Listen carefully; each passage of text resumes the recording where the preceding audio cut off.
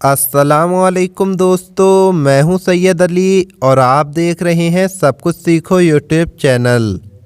दोस्तों, आज की ये वीडियो हर उस इंसान के लिए ख़ास है जो शादीशुदा है, क्योंकि आज की इस वीडियो में हम आपको बताने वाले हैं कि एक शादीशुदा औरत गैर मर्द के पास कब और क्यों जाती है।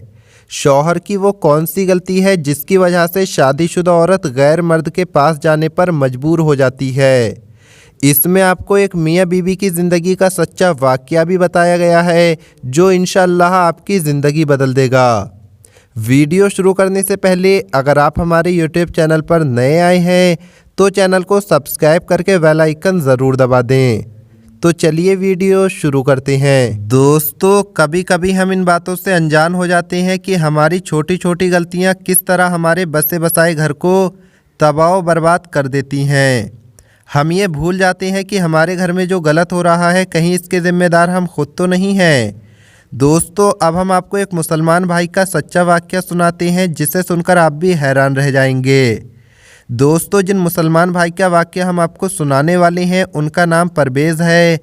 परवेज़ बताते हैं कि एक रात मैं और मेरी बीवी सो रहे थे कि आधी रात को मेरे फ़ोन में वाइब्रेट करना शुरू कर दिया, मतलब किसी का फ़ोन आ गया था।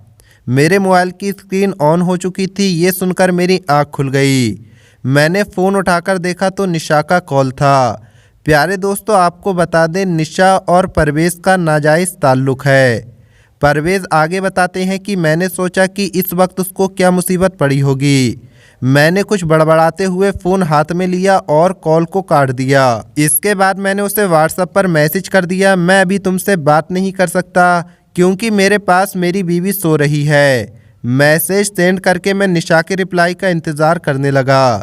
थोड़ी देर बाद मेरे मोबाइल की स्क्रीन ऑन हुई और मैं समझ चुका था कि निशा का रिप्लाई आ चुका है।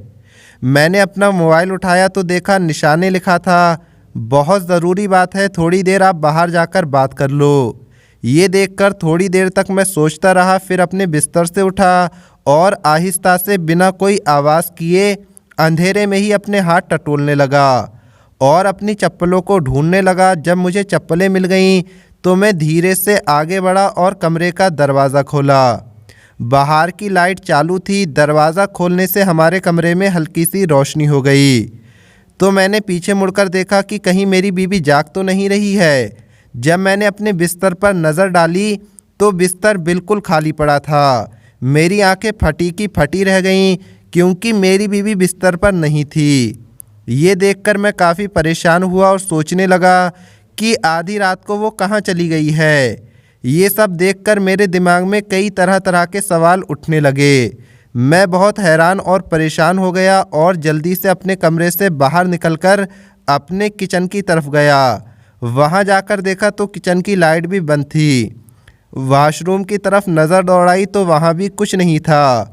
फिर इसके बाद अगले 5 मिनट में मैंने अपना पूरा घर छान मारा मगर मुझे कहीं भी मेरी बीवी नज़र नहीं आई। मैंने सोचा उसको आवाज़ लगाऊं मगर फिर मैं डर गया कि कहीं पास वाले कमरे में सोई हुई मेरी माँ ना जाग जाए। मैं बहुत हैरान और परेशान पूरे घर में इधर उधर घूम रहा था और मुझे बड़ा गुस्सा आ रहा था। इतने में मेरा फ़ोन फिर से वाइब्रेट करना शुरू कर दिया। मैंने बेदिली से निशा का कॉल फिर से काट दिया और इधर उधर बीवी को देखने लगा। मेरे मन में कई तरह के सवालात घूमने लगे थे। मेरी माँ की कई दिन पहले कही हुई बातें मेरे दिमाग में गूंजने लगी थीं। मेरी माँ ने कहा था, बेटा परवेज़, आजकल तेरी बीवी के इरादे ठीक नहीं लग रहे हैं। वो घंटों अपना दरवाज़ा बंद करके पता नहीं किससे फ़ोन पर बात करती रहती है। अभी कुछ दिन पहले मेरी माँ ने शक का इजहार किया था, लेकिन उस वक्त मैंने इस बात पर ज़्यादा गौर नहीं दिया था। मैं ये सब बातें सोच ही रहा था कि इतने में मेरे दिमाग में आया कि कहीं वो मेरे घर की छत पर तो नहीं चली गई।